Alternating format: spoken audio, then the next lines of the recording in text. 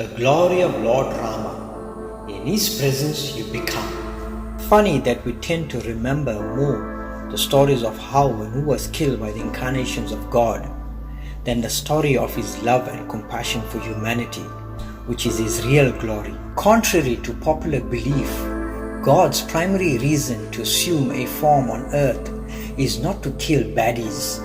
No.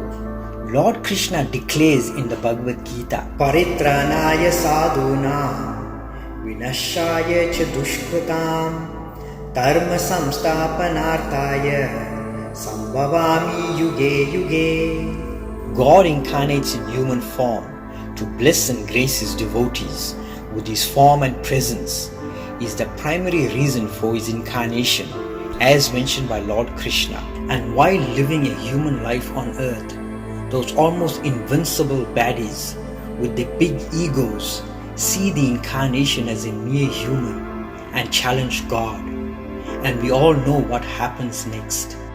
But no doubt, these baddies must have been privileged to see God before they leave their bodies. Actually, nobody dies by the hands of God. They are released from their ignorance, which puts an end to their rebirth. Like everything in time, the practice of Dharma too declines, and through the actions and teachings of God, Dharma is re-established. It is a fact that most of our learnings in life, on which our character is formed, is through the medium of role modeling. And it is a fact that most of our Hindu culture and traditions are taught and learned through the medium of see, learn, do, and become. Modern psychologists discovered this natural learning habit not so long ago, but our Hindu masters knew about this thousands of years ago. The highest teaching and learning principle in a Hindu way of life is love and reverence for Mata, Pita, Guru, and Devam, or mother, father, teacher, and God. As is the mother, so will be the child. As is the father, so will be the child. As is the teacher, so will be the student. And as is God, so will be the devotee. So therefore, God has to come from time to time for you and I, every one of us, believer and non-believer, sinner and saint.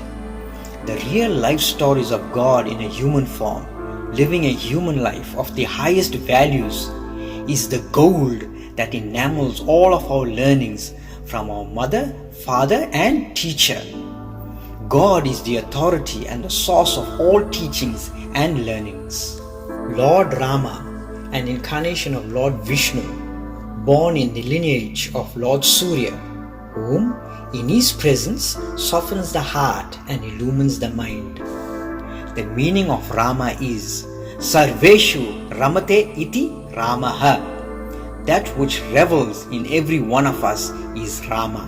Lord Rama is the embodiment of the highest values of Dharma, and his expression of Dharma was his love and compassion for all of humanity, even the animal and plant kingdoms. All of his devotees that served him became glorious and famous in his presence. His grace and glory was to raise the standard of Dharma through the life teachings of his devotees. In other words, he came on earth to be a role model and also create more role models for humanity.